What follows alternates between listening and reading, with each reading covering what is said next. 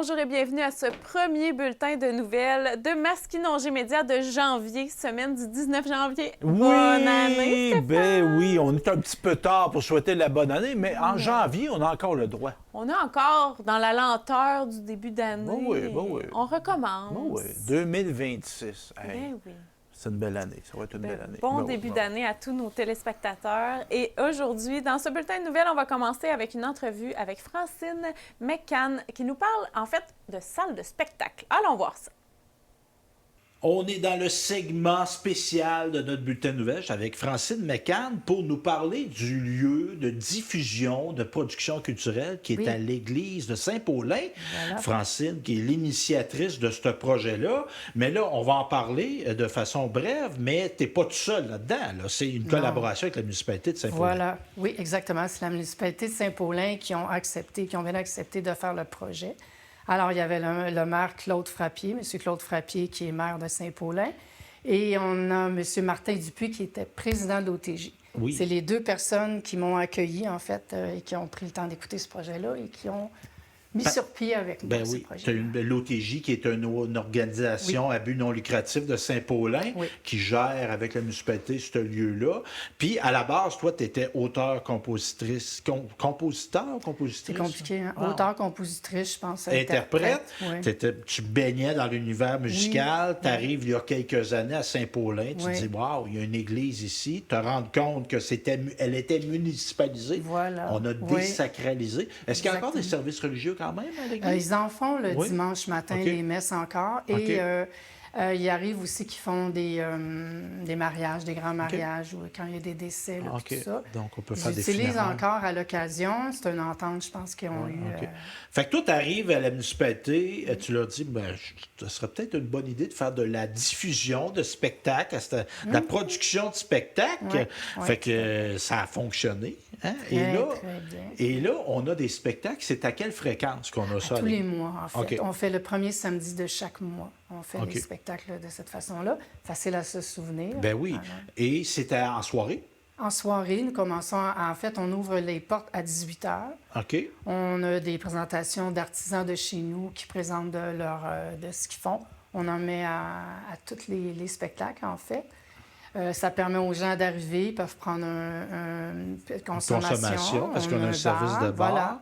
Et le Donc- spectacle commence à 19h30. OK. Et là, en ce moment, bon, chaque mois, il y a un spectacle. C'est musical, mais ça pourrait-tu prendre une autre forme? Est-ce qu'il pourrait y avoir du théâtre, de l'humour, En du fait, conte?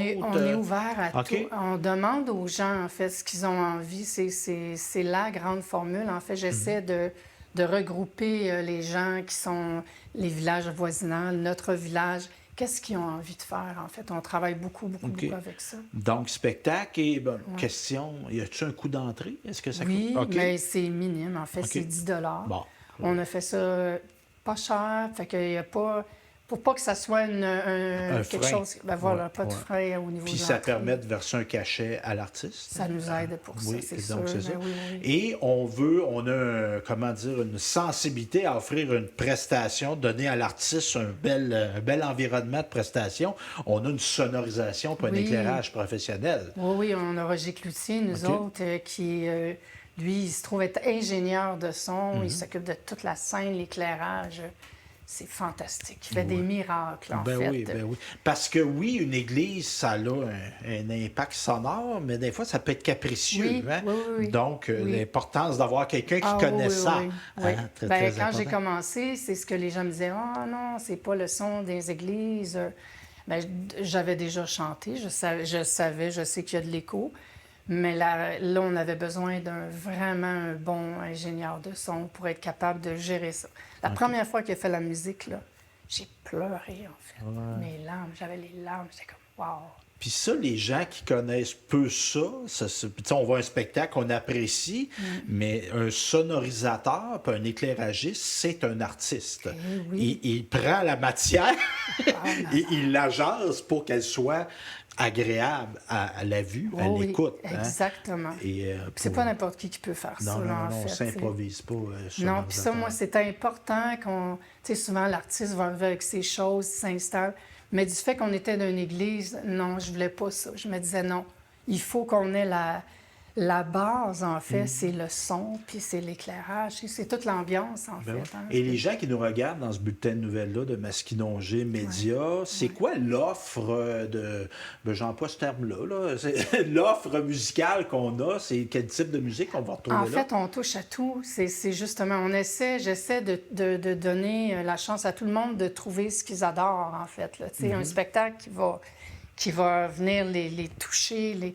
Donc, on essaie d'un petit peu de tout, puis ça permet la diversité de la musique. Et la provenance des artistes, est-ce qu'on a des artistes du coin, des gens qui viennent d'en dehors aussi?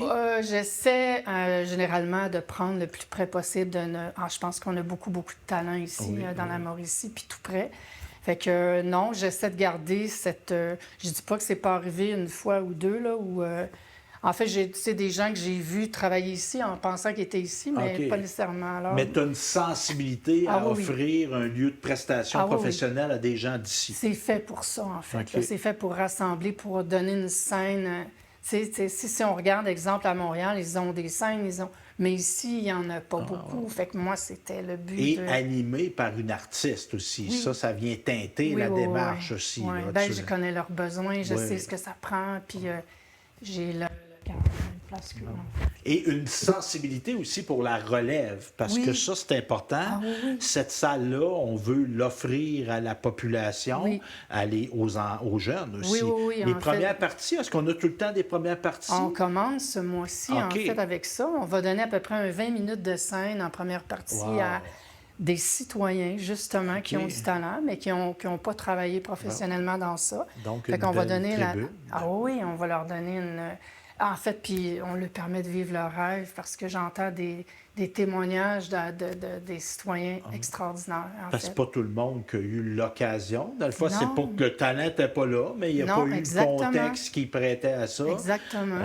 Puis je trouve ça le fun de leur donner la chance. Puis je trouve ça le fun que nous, comme citoyens, les gens découvrent ces personnes-là. C'est un autre angle, tu sais. Monsieur qui fait de la mécanique, là, c'est tout qu'un chanteur.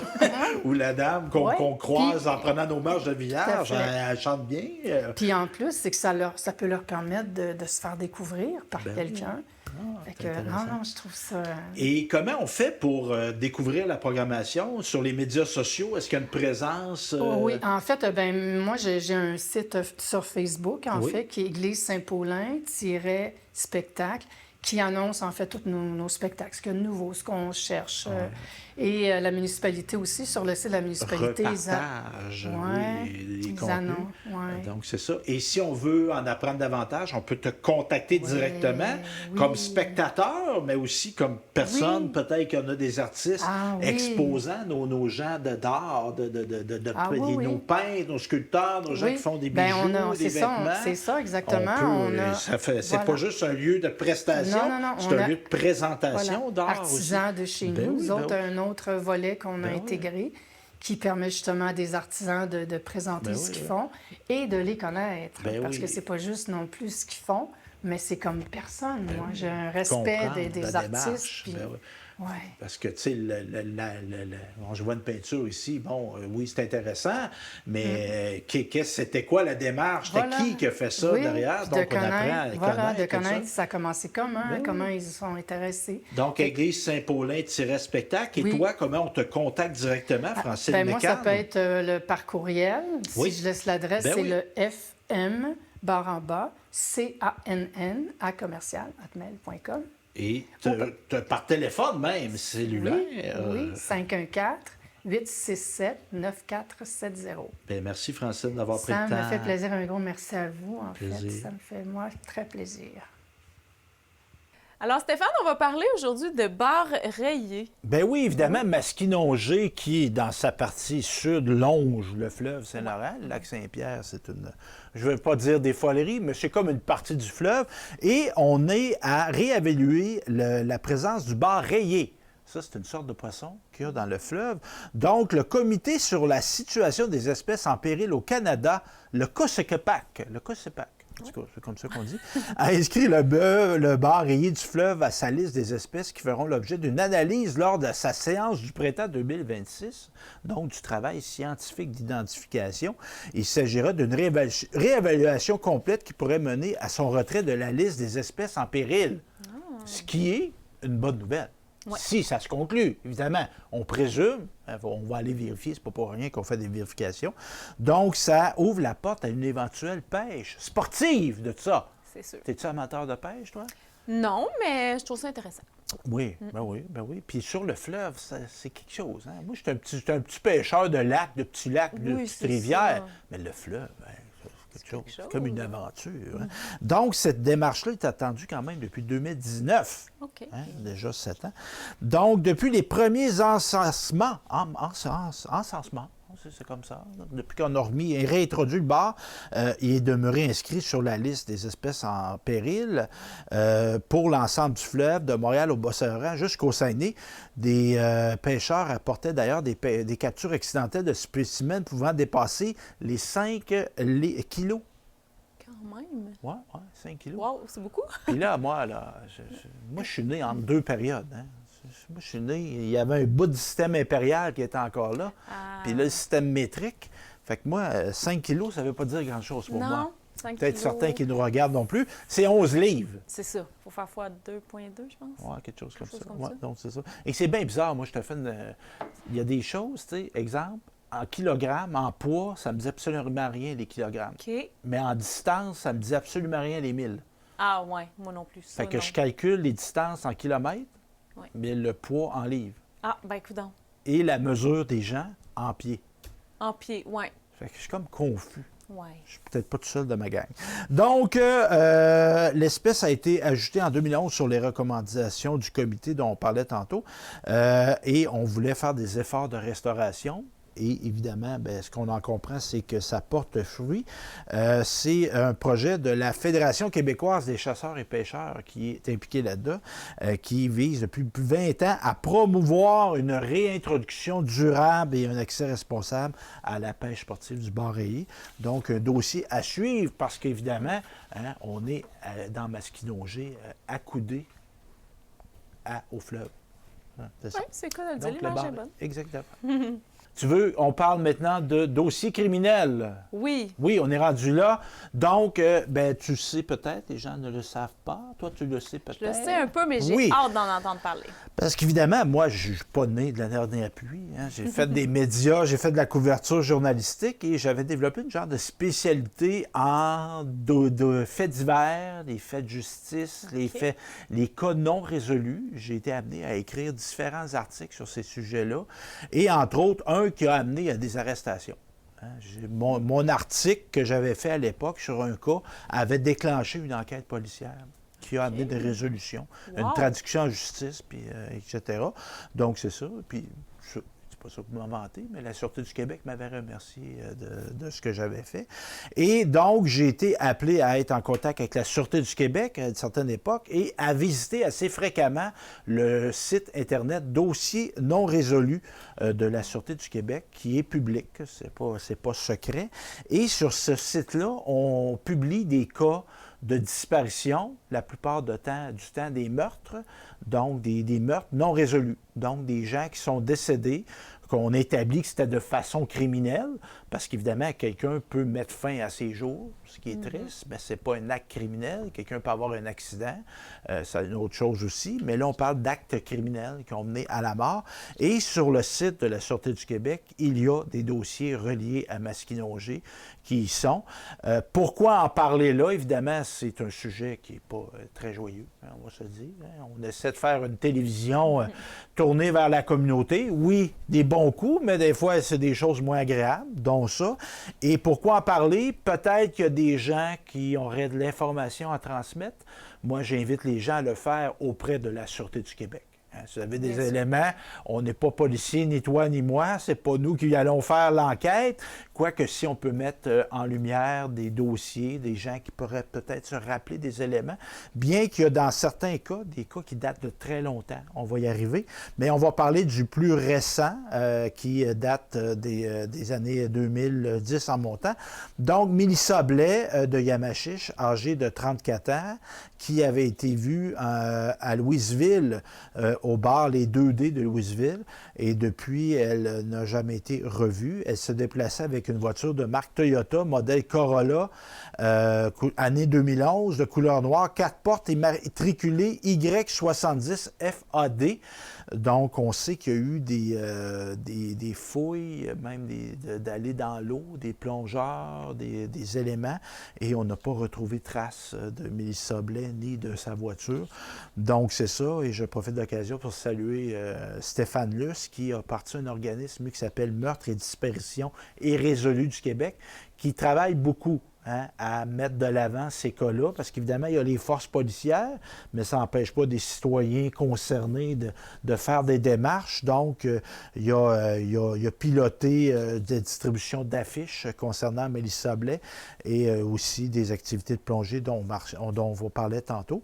Je parle maintenant de Philippe Lavoie, âgé de 23 ans. Ça se passe le 14 février 2007.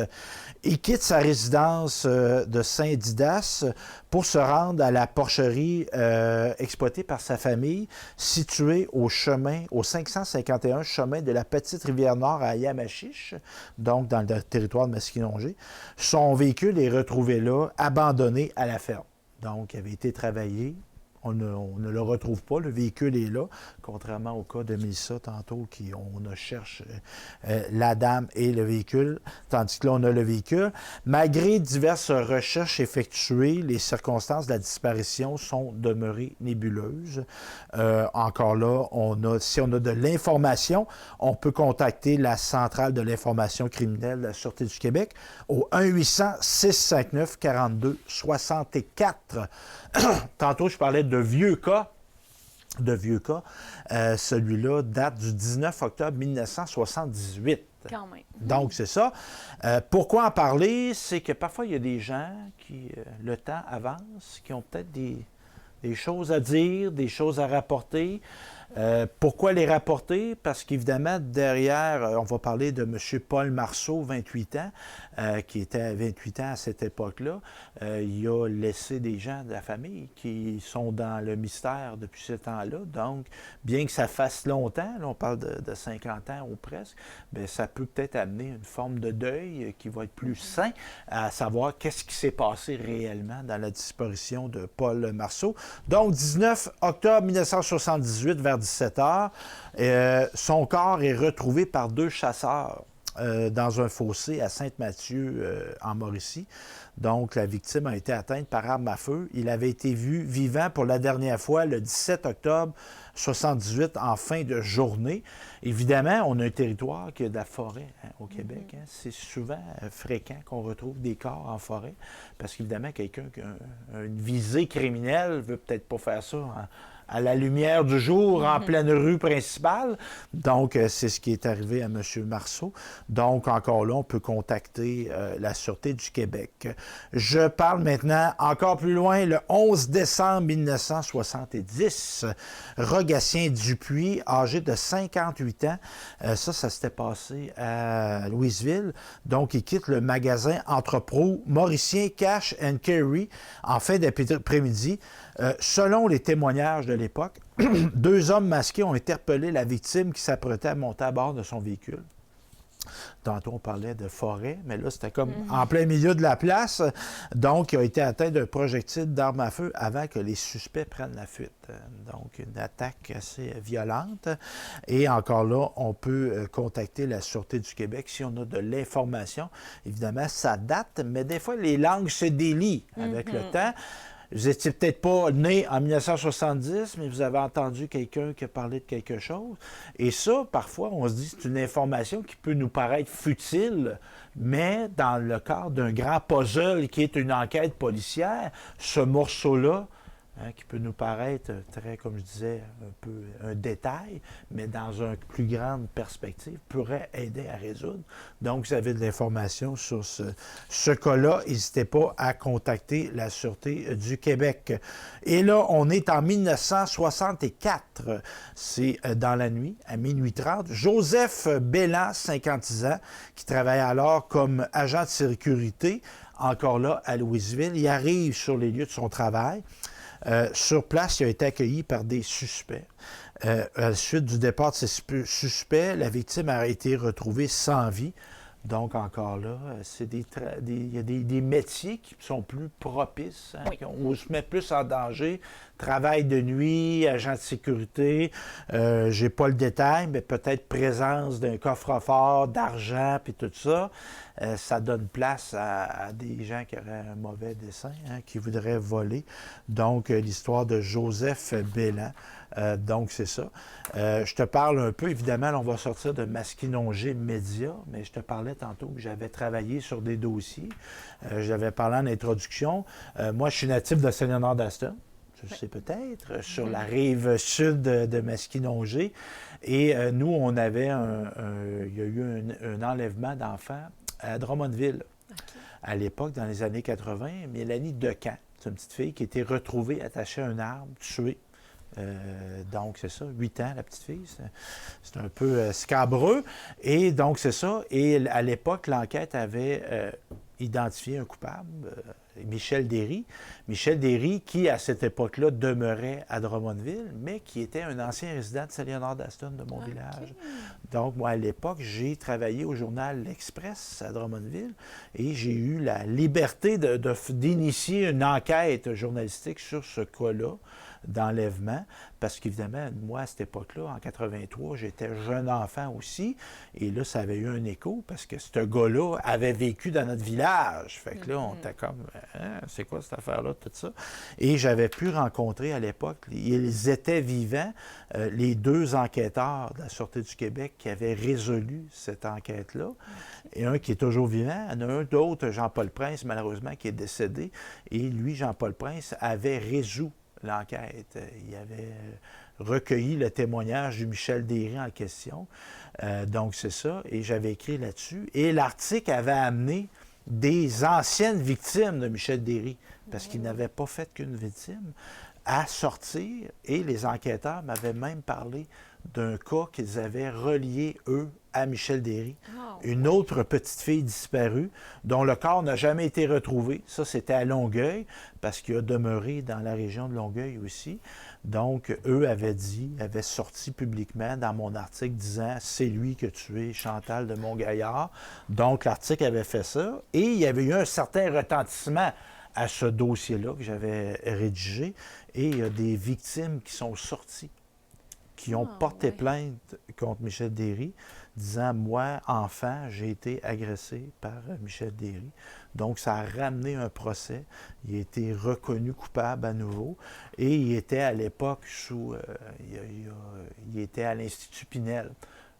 Il y a eu des sorties, j'ai l'impression, j'espère qu'il n'a plus le droit de sortie. Mais donc, c'est ça, il n'est pas en prison, mais il est comme dans un hôpital psychiatrique prison. Donc, c'est ça. Fait que ça avait amené, pour vous dire que, tu sais, ce qu'on vient de faire là, s'il y a des gens qui sortent, dire hey, ça fait des années, mais ça n'a pas amené des résolutions. Donc, on peut faire cheminer des dossiers de cette façon-là. Donc, très intéressant. Ouais, merci. Depuis quand? Bien, en fait, tu te passionnes de ça depuis de nombreuses années, mais qu'est-ce qui a fait que tu as eu le déclic? Bien, évidemment, moi, le cas Michel Derry m'interpellait parce que moi, je l'ai côtoyé, ce gars-là. Oui, j'avoue. Il est déjà venu chez nous. Okay. J'étais enfant.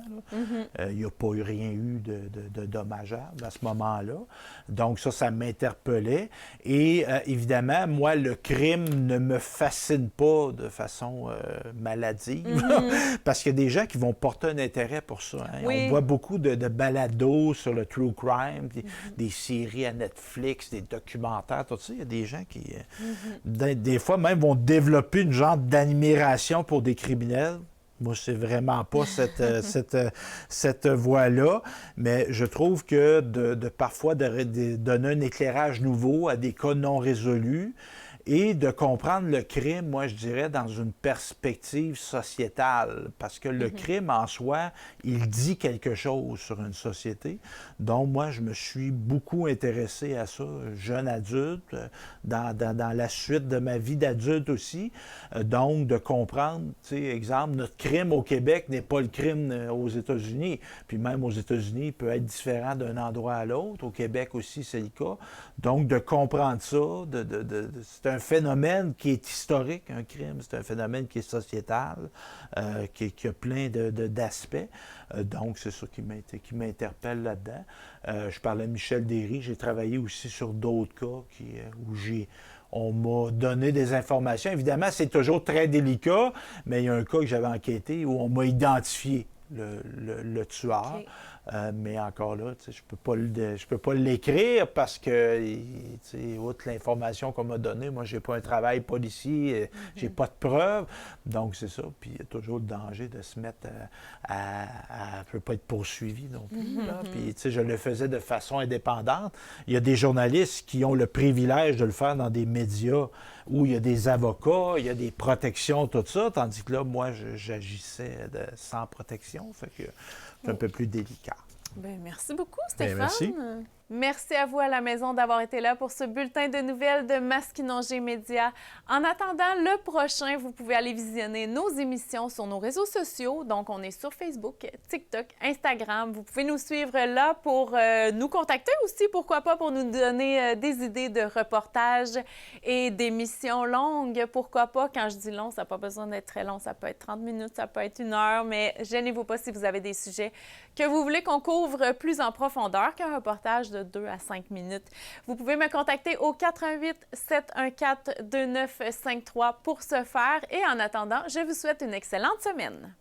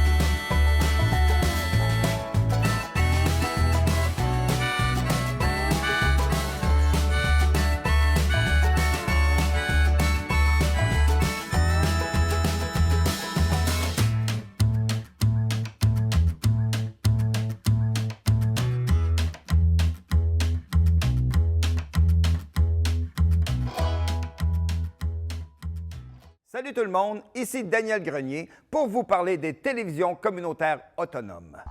42 télévisions situées dans 15 régions administratives du Québec. Elles parlent des enjeux locaux et font rayonner les citoyens en leur donnant accès à un média accessible. Je la savais par cœur, celle-là. Ensemble, encourageons les télévisions communautaires autonomes. Oh, ça roule encore? J'ose ma télé communautaire.